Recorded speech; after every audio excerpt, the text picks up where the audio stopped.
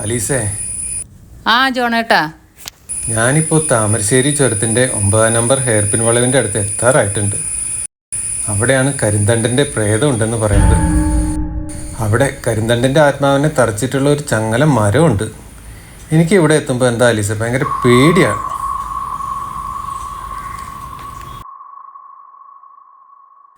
ചേട്ടൻ പേടിക്കണ്ട. വണ്ടിയിലെ ഗ്ലോ ബോക്സിൽ വെഞ്ചരിച്ച കുരിശ് വെച്ചിട്ടുണ്ട്. അത് കയ്യിൽ പിടിച്ച് ധൈര്യമായിട്ട് ഇങ്ങ് പോരെ. ഞാൻ നോക്കട്ടെ.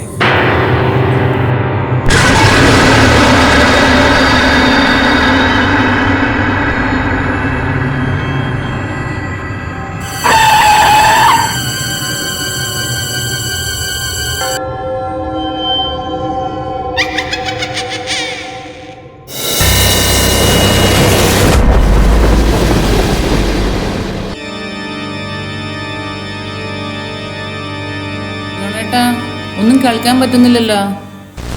ദിവ്യമോളെ, ആ ടി വി ഒന്ന് ശബ്ദം കുറച്ച് വെക്കേ. അപ്പ പറയുന്നത് ഒന്നും കേൾക്കാൻ പറ്റുന്നില്ല. നമസ്കാരം. ഇന്ന് ഞങ്ങൾ പറയാൻ പോകുന്ന കഥ താമരശ്ശേരി ചുരത്തിലെ 9 നമ്പർ ഹെയർ പിന്നിലുള്ള കരിന്തണ്ടന്റെ കഥയാണ്. 1750 കാലഘട്ടങ്ങളിൽ ചിപ്പിലത്തോട് കാടുകളിൽ ജീവിച്ചിരുന്ന പണിയൻ മൂപ്പനായിരുന്ന കരിന്തണ്ടനായിരുന്നു താമരശ്ശേരി ചുരത്തിൻ്റെ ഉപജ്ഞാതാവ്. ഇദ്ദേഹത്തെ ബ്രിട്ടീഷുകാർ ചതിച്ചു കൊല്ലുകയാണ് ചെയ്തത്. കരിന്തണ്ടൻ്റെ ആത്മാവ് ഇന്നും ഈ താമരശ്ശേരി ചുരത്തിൻ്റെ കാടുകളിലുണ്ടെന്ന് പറയപ്പെടുന്നു. ഈ ആൽമരത്തിലാണ് കരിന്തണ്ടൻ്റെ ആത്മാവിനെ മന്ത്രവാദി ചങ്ങലയാൽ തളച്ചിരിക്കുന്നത്. രാത്രിയുടെ യാമങ്ങളിൽ കോടപുതച്ച വയനടൻ ചുരം കയറുമ്പോൾ തണുത്ത കാറ്റിലുലയുന്ന ചങ്ങലക്കിലുക്കവും ലക്കിടിക്കോട്ടയിൽ നിന്നിറങ്ങി വരുന്ന മൂടൽ മഞ്ഞിൽ ചോരയുടെ ഗന്ധവും മൂക്കിലേക്ക് അടിച്ചു കയറിയേക്കാം. ഓരോ രാത്രിയിലും അട്ടഹാസങ്ങളും അലറി വിളിച്ചോടുന്ന രൂപവും കണ്ട് നിലച്ചുപോയ ശ്വാസത്തിൻ്റെ കണക്കറിയാൻ വയനാടൻ പാണൻ അടിവാരത്ത് കാത്തു നിൽക്കുമായിരുന്നു. ഈ രൂപത്തിൻ്റെ മറവിൽ ഇന്ന് ദുർമരണങ്ങളും കന്യകകളായ പെൺകുട്ടികളുടെ തിരോധാനവും ഇതിൻ്റെ പുറകിലുള്ള നിഗൂഢതകളും ഇന്നും പുറം ലോകത്ത് അദൃശ്യമായ കാര്യങ്ങളാണ്. ഞങ്ങളിവിടെ ഏറെ വിഷമിച്ച കാര്യം കരിന്തണ്ടന്റെ കാര്യം പറയാൻ ആരും തന്നെ മുന്നോട്ട് വരുന്നില്ല എന്നുള്ളതാണ്. അവിടെ ഒരു ചേട്ടനുണ്ടെന്ന് തോന്നുന്നു. ചേട്ടാ, ഒരെണ്ണം വേണ. ഞങ്ങള് ടി വിക്കാരാണ് ചേട്ടാ. ചേട്ടാ, ഈ കരിന്തണ്ടന്റെ കഥ ചേട്ടനറിയാമോ? കരിന്തണ്ടൻ്റെ കാര്യം എന്നോട് ചോദിക്കണ്ട, എനിക്കറിയില്ല. കാശ് തരാൻ ചേട്ടാ.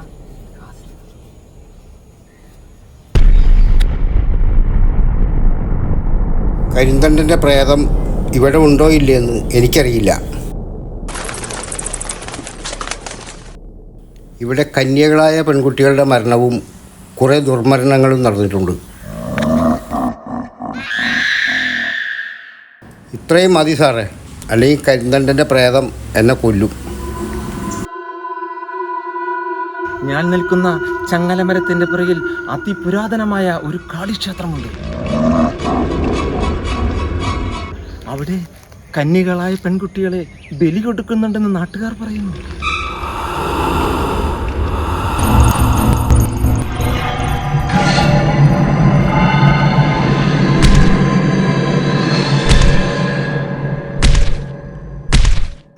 മിഠായിയും മറ്റും കൊടുത്ത് പെൺകുട്ടികളെ വലയിലാക്കി ഇവിടെ കൊണ്ടുവരികയാണ് അവർ ചെയ്യുന്നത്.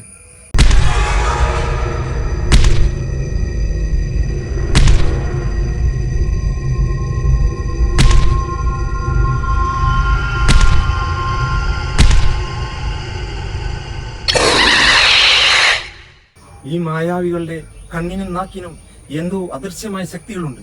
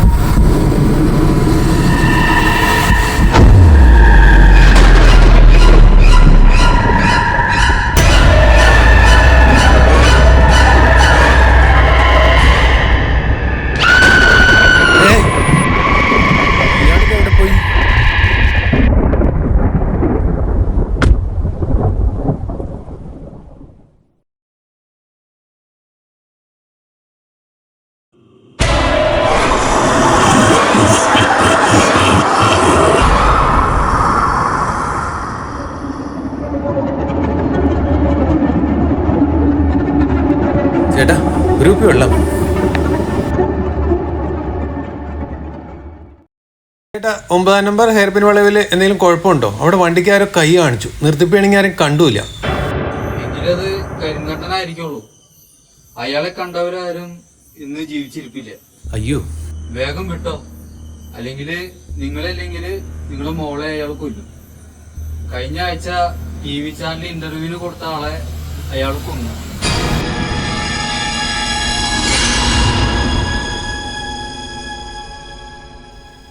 ആലീസേ, ഞാൻ എത്താറായി. നിങ്ങൾ റെഡിയായിട്ട് നിന്നോ, നമുക്ക് പള്ളിയിലൊന്ന് പോകണം.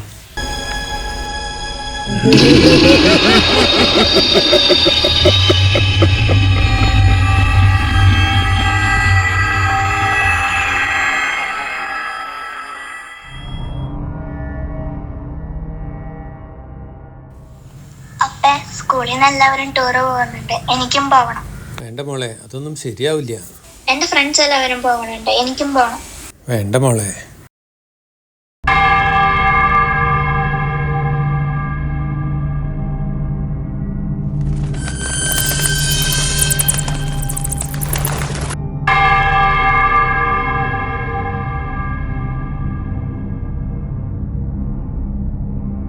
എന്തായാലും ഇത്രയും വൈകിയില്ലേ, നമുക്കൊന്ന് സെമിത്തേരി കയറി പ്രാർത്ഥിച്ചിട്ട് പോവാം. ഈ സമയത്തോ? വേണ്ട ജോണേട്ടാ. അത് സാരമില്ല, നിങ്ങൾ വായോ.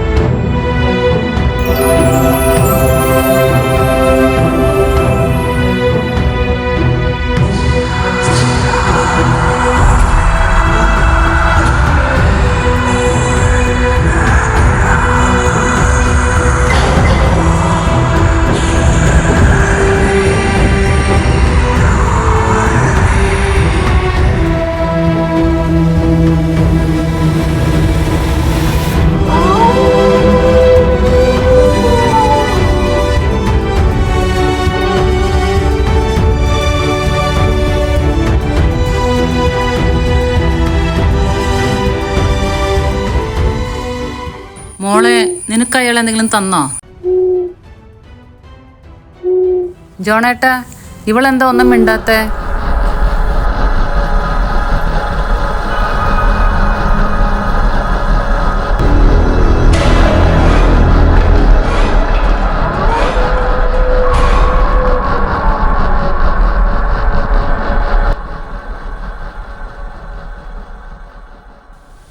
വീക്കെൻഡ് അല്ലേ, നമുക്കൊന്ന് ഫാം ഹൗസ് വരെ പോവാം.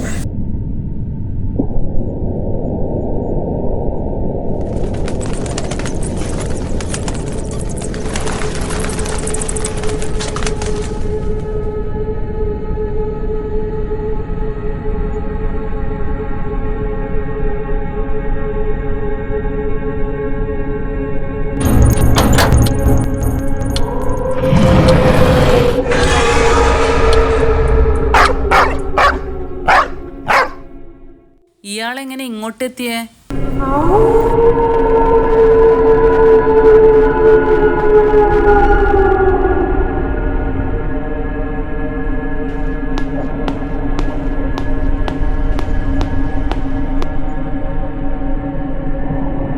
ഇയാളെങ്ങനെ അകത്ത് കയറി? ഞാൻ ആ ഡോർ ഓർന്നോർത്ത്. എന്താ എന്താ നിങ്ങൾക്ക് വേണ്ടേ? ഈ മൊബൈലിന്റെ ചാർജ് പോയി, ഒന്ന് ചാർജ് ചെയ്യാനാ.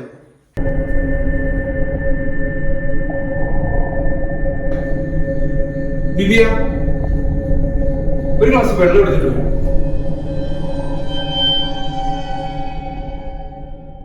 ദിവ്യ ടൂർ പോകുന്നില്ലല്ലോ അല്ലേ? ഇല്ല, ഞാൻ പോകുന്നില്ല. ഇതൊക്കെ എങ്ങനെ ഇയാളെ ഏട്ടാ ഒന്നിങ്ങ് വന്നേ.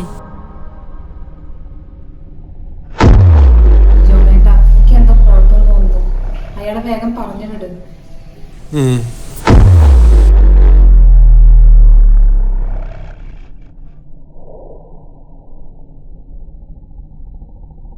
ഇയാളുടെ ഫോൺ ചാർജ് ആയിട്ടുണ്ട്. ഇനി ഇയാൾക്ക് പൊക്കൂടെ? ചെറിയൊരു കുഴപ്പമുണ്ട്. ഞാൻ പോകുമ്പോ ദിവ്യയും എന്റെ കൂടെ പോയി. ഇല്ല, ദിവ്യമോള് നിങ്ങളുടെ കൂടെ വരില്ല. ഇല്ല, ഞാൻ പോകും. ഞാൻ കൊണ്ടുപോകും. നിങ്ങൾക്ക് എന്നെ ഒന്നും ചെയ്യാൻ സാധിക്കില്ല.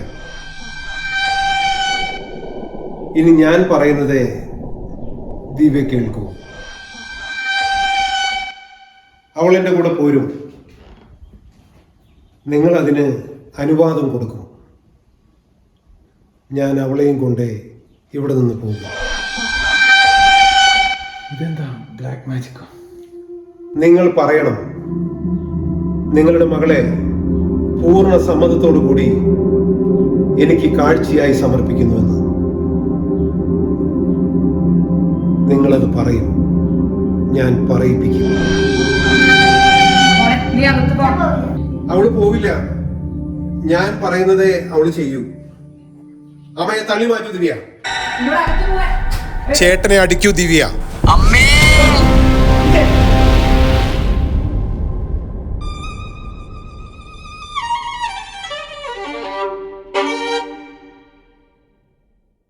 ദിവ്യ, എന്റെ കാലൊന്ന് തടയുന്നു.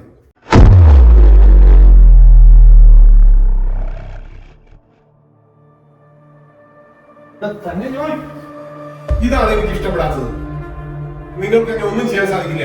ദിവ്യ, കത്തിയെടുത്ത് അപ്പനെ കുത്തു. ഓളെ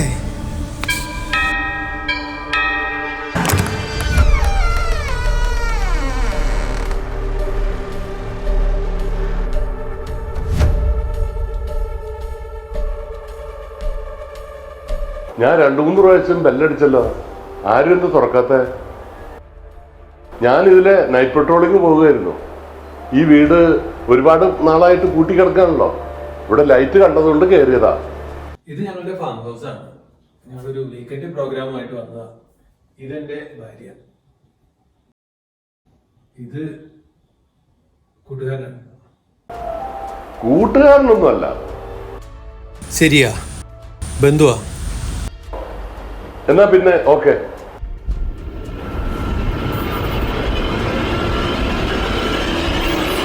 അല്ല, ഇവിടെ എന്തോ ഒരു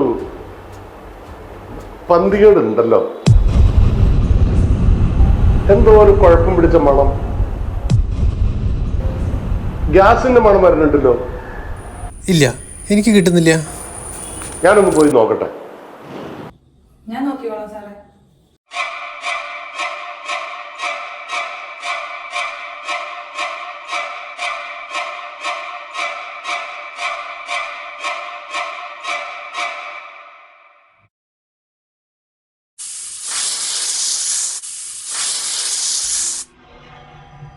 ഗ്യാസ് ഓഫ് ചെയ്തിട്ടുണ്ട്. ഞാൻ വരട്ടെ. ദിവ്യ, വരൂ. ദിവ്യ പഴയതുപോലെയാകുന്നതാണ് എല്ലാവർക്കും ഇഷ്ടം. ദിവ്യയെ ഞാൻ സ്വതന്ത്രയാക്കുന്നു. നടക്കില്ല. ദിവ്യയെ ഞാൻ വിട്ടുതരില്ല. ഇന്ന് രാത്രി എന്റെ ദേവന്മാർക്ക് ബലിയർപ്പിക്കാൻ ദിവ്യയെ ഞാൻ കൊണ്ടുപോകും. ദിവ്യയെ ബലിയർപ്പിച്ച് എനിക്ക് ഈ ലോകത്തിന്റെ അധിപനാകണം. അമരനാവണം എനിക്ക്.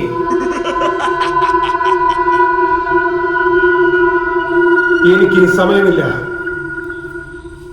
പാതിരാ കോഴി കൂകുന്നതിന് മുൻപ് എനിക്ക് എന്റെ കർമ്മങ്ങൾ തീർക്കണം. ദിവ്യ, ചേട്ടനെ ടെറസിന്റെ മുകളിൽ നിന്ന് തള്ളി താഴെയിടും.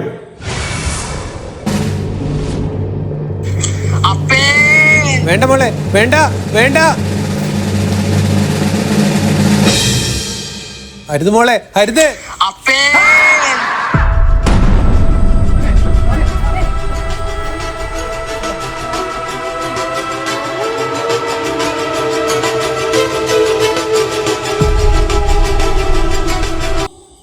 മരിച്ചിട്ടില്ല. ഇനിയും ദിവ്യയെ എന്റെ കൂടെ പറഞ്ഞു വിട്ടില്ലെങ്കിൽ അപകടങ്ങളും മരണങ്ങളും കൂടും. എൻ്റെ മോളെ കൊണ്ടുപോയിക്കോളൂ. പോരാ, പരിപൂർണ സമ്മതത്തോടു കൂടി ദിവ്യയെ എനിക്ക് സമർപ്പിക്കുന്നു എന്ന് നിങ്ങൾ പറയണം. പൂർണ്ണ സമ്മതത്തോടു കൂടി പറയാ. കൊണ്ടുപോയിക്കോളൂ. വരൂ ദിവ്യ.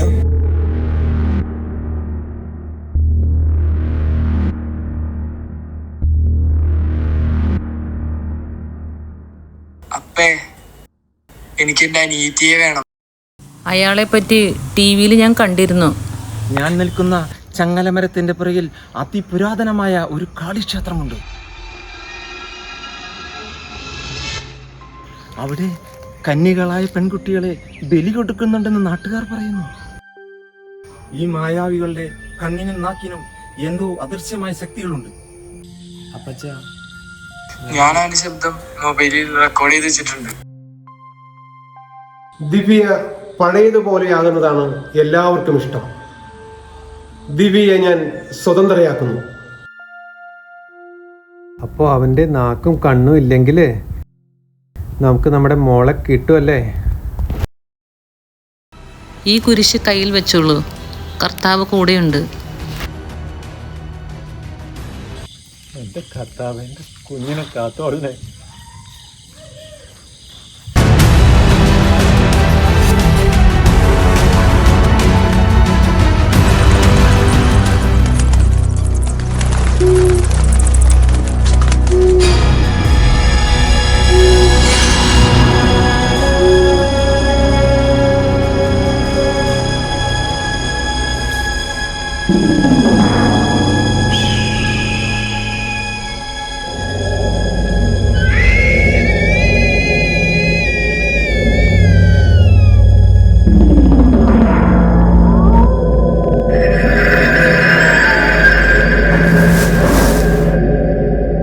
സാത്താന്മാരും കടവാവലുകളും കാവൽ നിൽക്കുന്ന ഈ പ്രേതാലയത്തിൽ കന്യകയായ ഈ പെൺകുട്ടി കറുത്ത രാത്രിയുടെ 2-ാം യാമത്തിൽ എന്റെ ദേവന്മാർക്ക് മുൻപിൽ സ്വയം ബലിവസ്തുവാകും.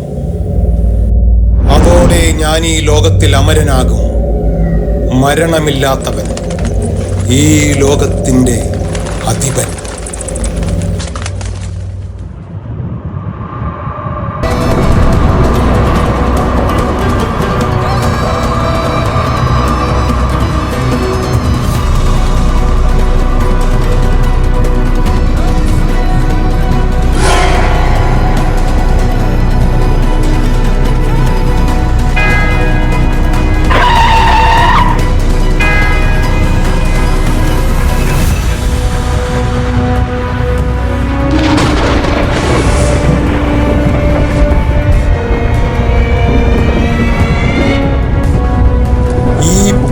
പാത്രത്തിലെ പാവക്കുട്ടികളെ ഒന്നൊന്നായി ഞാൻ ഈ അഗ്നിയിലേക്ക് എറിയും.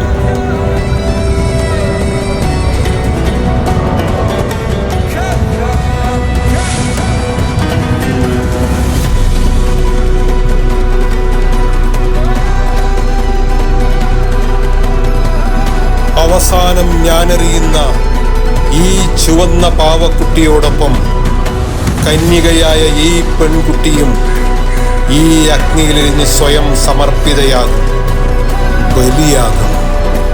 അതോടെ ഞാൻ ഈ ലോകത്തിന്റെ അമരനാകും, മരണമില്ലാത്തവൻ.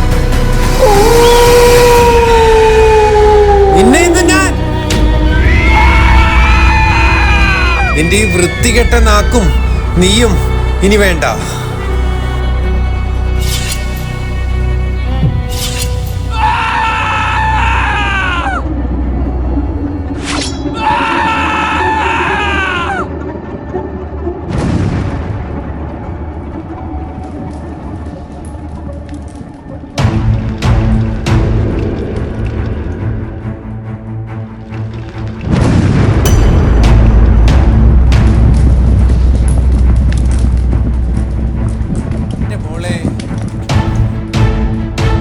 ദിവ്യ പഴയതുപോലെയാകുന്നതാണ് എല്ലാവർക്കും ഇഷ്ടം.